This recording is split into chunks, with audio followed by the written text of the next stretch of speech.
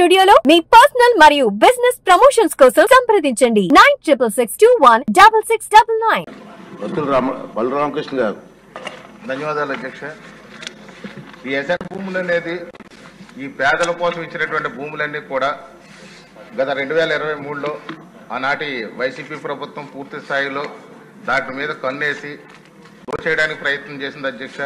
అందులో లక్షల ఎకరాల భూములన్నింటినీ కూడా వాళ్ళు 596 జీవో ఒకటి పెట్టి పేదల ఆస్తులన్నీ కూడా దోచేయడానికి చాలా వరకు రిజిస్ట్రేషన్ చేసుకున్నారు అధ్యక్ష. తక్కువ రేట్లకు కొనుగోలు చేసి ఎక్కువ రేట్లకు అమ్మేసి పేదలకు అన్యాయం చేశారు. అదేవిధంగా చూస్తే ఇళ్ల స్థలాల కోసం ఈ యొక్క ఎసెంట్ భూములన్నింటినీ కూడా 10 లక్షలకి 5 లక్షలు సేకరించి అదే ప్రభుత్వానికి 45 లక్షలకి 50 లక్షలు కూడా అమ్మడం జరిగింది అధ్యక్ష. ప్రస్తుతం ఆ భూములన్నిటి కూడా చాలా భూములు రెడ్ మార్క్ లో పెట్టి వాళ్ళు వేధించి తక్కువ రేట్లకు అమ్మాలని అప్పట్లో డిమాండ్ చేశారు అధ్యక్ష. ఇప్పటికీ కూడా కొన్ని భూములు అదే రెడ్ మార్క్ లో ఉన్నాయి. అదేవిధంగా చూస్తే ఈ యొక్క ఎసెంట్ భూములన్నింటిలో కూడా పేదలకు మంచి జరగాలి, పేదల జీవితాల్లో వెలుగులు నింపే ఈ యొక్క ఎసెంట్ భూములన్నింటిలో కూడా ఆనాటి వైసీపీ పెద్దలందరూ కూడా లాగేసుకున్నటువంటి వైనం ఉంది. దీని మీద ఒకసారి విచారణ చేయాల్సినటువంటి లోతుగా విచారణ చేయాల్సిన అవసరం ఉంది. అదేవిధంగా చూస్తే ఈ భూములు రీసర్వేల్లో అక్రమాలు ఎక్కువ చేశారు అధ్యక్ష. ఎల్పీ నంబర్లు అనేది కొంచెం చాలా మార్పులు ఉన్నాయి, ఎక్కడ రిజిస్ట్రేషన్ అవ్వట్లేదు అధ్యక్ష. 50% భూములన్నీ కూడా ఎల్పీ నంబర్లో తేడాలు ఉండడం వల్ల అవన్నీ కూడా రైతులకి చాలా ఇబ్బందిగా మారింది. ఎక్కడైనా కొంచెం ఏదో కష్టం వచ్చి అమ్ముకోవాలి అని అంటే కూడా ఈ జరాయితీ భూములు కూడా అమ్ముకోలేకుండా అయిపోయినాయి.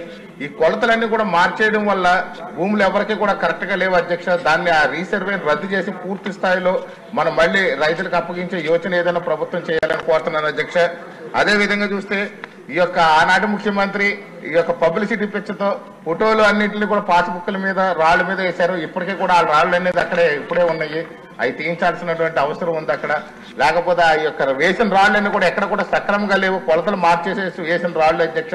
దీని మీద కూడా ప్రభుత్వం మరోసారి ఆలోచించాలని కోరుతున్నాను. ఈ అసైన్ భూముల్ని చెరువుల్ని కలుపుకొని ఈ యొక్క రియల్ ఎస్టేట్ వ్యాపారంలో కలిపేసుకున్నారు అధ్యక్ష. ముఖ్యంగా మా రాజానగరం నియోజకవర్గంలో అయితే పూర్తి స్థాయి చెరువులు ఎసెంట్ భూములు రెండు కలిపేసుకుని రియల్ ఎస్టేట్ వ్యాపారాలు చేశారు ఆనాటి ఈ యొక్క వైసీపీ నాయకులందరూనే. 100 ఎకరాలని కాజేశారు. దీని మీద పూర్తి స్థాయిలో విచారణ చేసి ఈ యొక్క పేద ప్రజలకు న్యాయం చేయాలని మిమ్మల్ని కోరుతున్నాను అధ్యక్ష.